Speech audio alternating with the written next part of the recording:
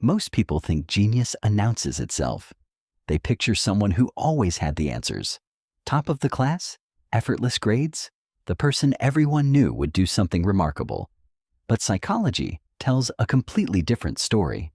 When researchers study the lives of people who genuinely changed their fields, the Einsteins, the Curies, the people whose ideas reshaped how humanity understands itself, they keep finding something unexpected. These people rarely looked like geniuses from the outside. Many of them struggled in school. Many of them were told they were too scattered, too intense, too much. Many of them spent decades feeling like something was wrong with them. And here is what decades of research on creativity, cognition, and exceptional minds has revealed. Genius is not about how fast you process information. It is not about test scores. It is about how your mind builds things that did not exist before. And that process leaves very specific psychological fingerprints, signs that show up long before the world recognizes what you are. Today, we are going to explore 8 of those signs. 8 patterns that psychology has identified in the minds of people who are built to create, to connect, and to produce something original. And the 8th sign is the one that transforms everything. Sign 1. You think in pictures, not words. Let us start with the sign that separates creative genius from conventional intelligence most clearly, and the one that makes traditional education feel like a foreign language. When you solve a problem, you do not think in sentences. You see it. A shape, a structure, a spatial relationship that moves and rotates in your mind, and then you translate it into words only after you have already understood it. This is not a quirk. It is one of the most documented patterns in the history of scientific and artistic genius. Albert Einstein famously said that he rarely thought in words at all. His breakthrough insights came as visual images, riding a beam of light, watching trains move through space-time, and only later did he struggle to translate those visions into mathematics that others could understand. Nikola Tesla could construct entire machines in his mind and run them as mental simulations for weeks before ever touching a physical component. He could detect wear and tear in his imagined machines. The visual model was that precise. Psychologist Howard Gardner identified this as spatial intelligence, one of the multiple forms of intelligence that traditional IQ tests completely miss. But here's what matters for you. If you have spent your life feeling slow because you cannot think in clean sentences the way others seem to, if you have to see something before you can say it, you are not slow. You are running a different operating system entirely. Your brain processes in dimensions, not sentences. And when the world tells you that thinking should look like words on a page, it misses the fact that every cathedral, every bridge, every theory that changed physics, all of it started as an image in someone's mind before it ever became language. But visual thinking alone is not genius. It becomes genius when it connects to something else, something rarer and much harder to explain. Sign 2. You connect things that have never been connected before. Here is what the research on exceptional creativity consistently finds. Genius does not usually come from knowing more than everyone else in one narrow field. It comes from seeing a connection between 2 fields that nobody else noticed were related. Psychologist Dean Keith Simonton, who has spent his career studying the origins of genius across science, art, and leadership, identified this as the central mechanism of creative breakthrough. He called it combinatorial creativity, the ability to take ideas from one domain and apply them to another where they have never been used before. Steve Jobs did not invent the computer or typography. He combined the 2. And that combination gave us the Macintosh. The Wright brothers were bicycle mechanics before they built an airplane. They understood balance, wind resistance, and lightweight structures not from physics textbooks, but from repairing bicycles. The connection was the innovation.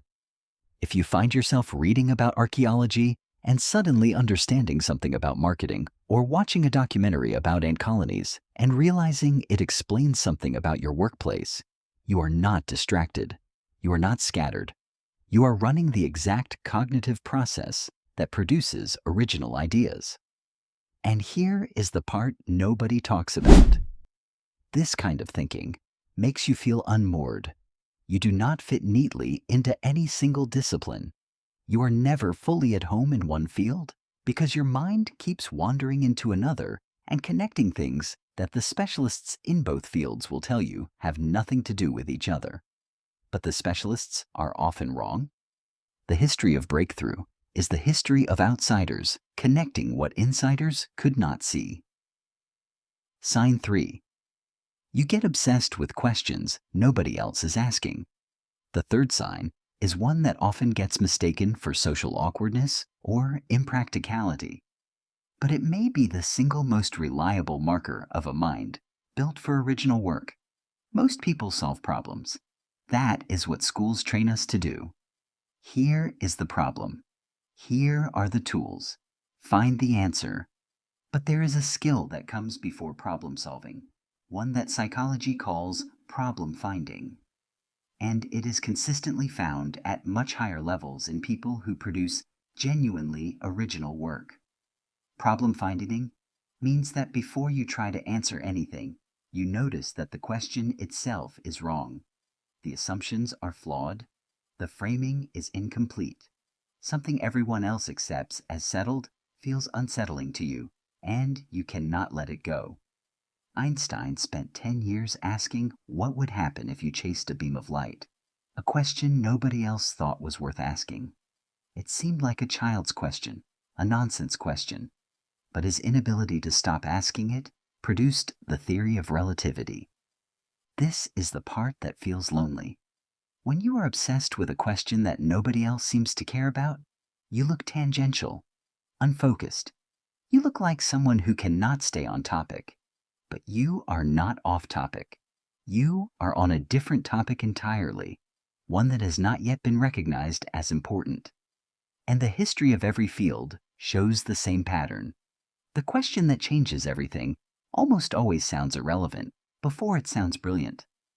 If you have ever felt a quiet obsession with something that you cannot justify to anyone, something that pulls at you without a clear practical reason, this is not a distraction.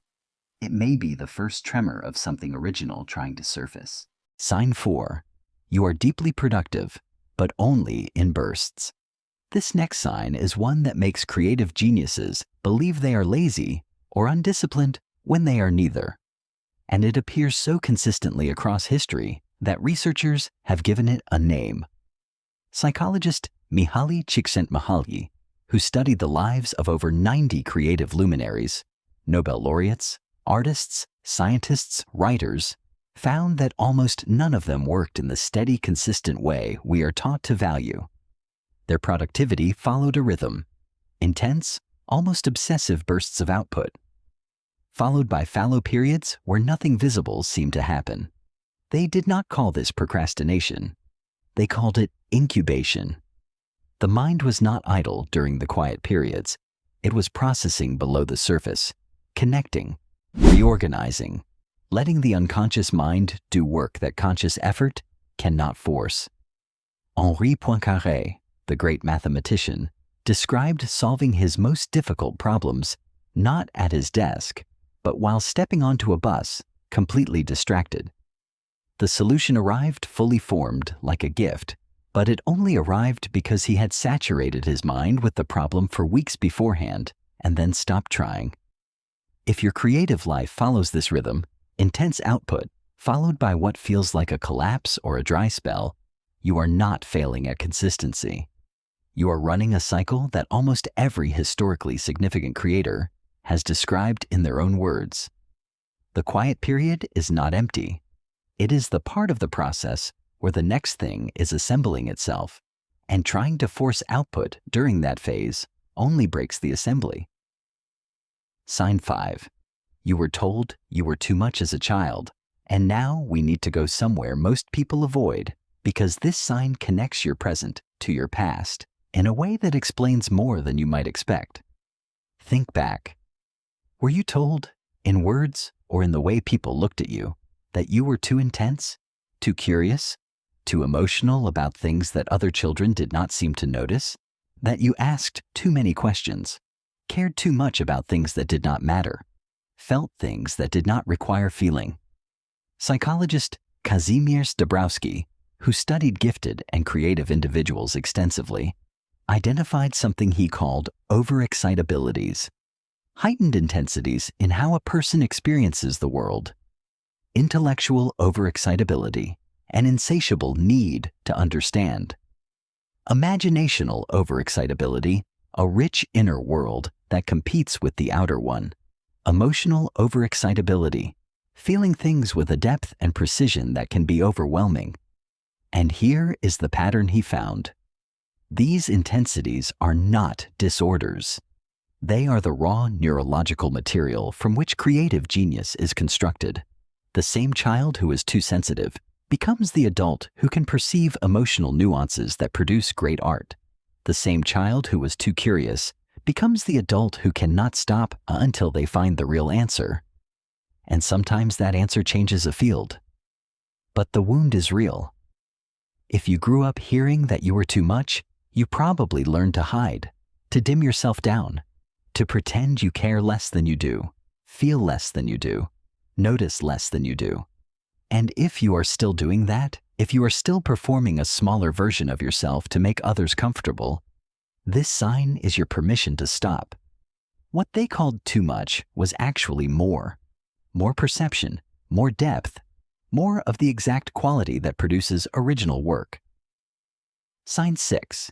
You cannot stop building systems in your head. The 6th sign is subtle. It does not announce itself, but once you see it, you will recognize it everywhere in how you think. You do not just experience things, you model them.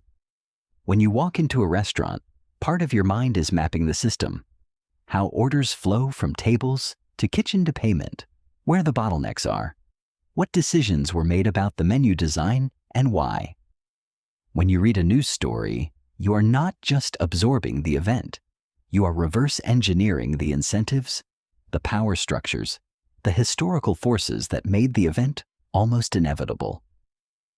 This is systems thinking, the automatic, almost involuntary tendency to see the architecture beneath the surface, and it is one of the most consistent cognitive patterns in people whose work transforms how others understand the world.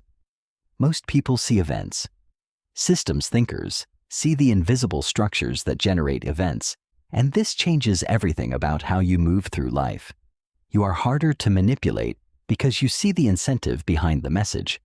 You are harder to panic because you see the pattern behind the crisis. You are harder to satisfy with simple answers because your mind keeps asking, what is the structure beneath this? But it also means you can never quite relax into things the way others do. You are always a little outside the experience, watching the machinery, while everyone else is just watching the show. This can feel alienating, but it is also what allows you to see solutions that others miss, because you are the only one looking at the system that produces the problem, rather than just reacting to the problem itself. Sign 7. You feel most alive when you are making something from nothing. Now we reach the sign that separates creative genius from high intelligence most definitively. There are people who are brilliant at understanding things. They can analyze, critique, and deconstruct with extraordinary precision. And then there are people who cannot feel fully alive unless they are building.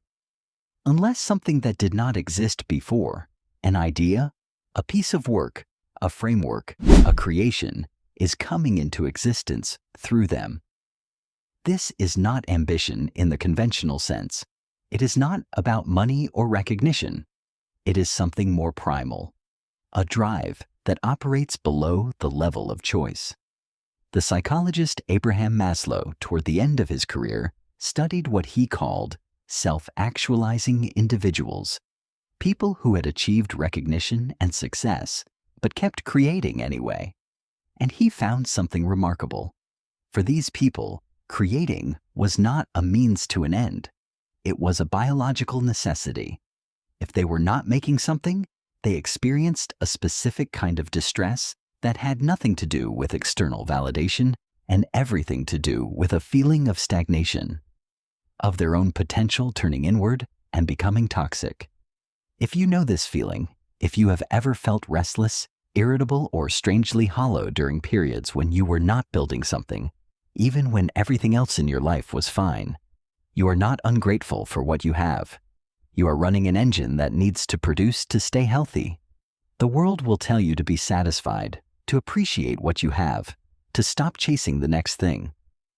But the world does not understand that for certain minds, creation is not ambition. It is metabolism. Sign 8.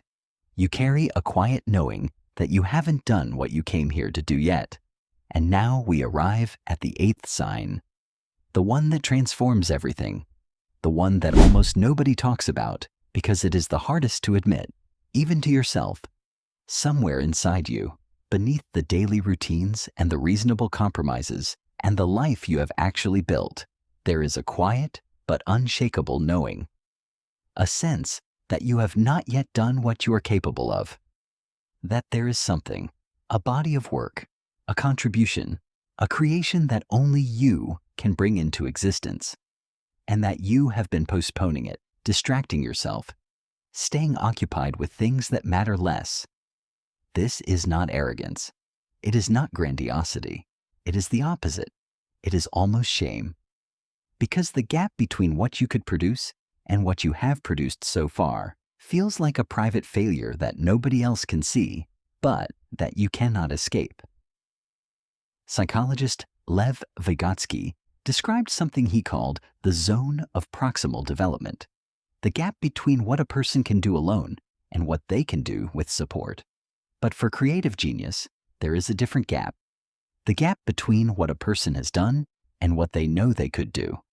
And living inside that gap is one of the most quietly painful experiences a person can have. But here is what the 8th sign actually means. The fact that you can feel this gap, that you can see with precision and clarity the distance between your current output and your full capacity is itself evidence of that capacity. If you were truly limited, truly average, truly incapable of more, there would be no gap to feel. You would be satisfied. You would be at peace with where you are. The restlessness is not proof that you have failed. It is proof that there is more inside you than you have yet allowed to exist in the world.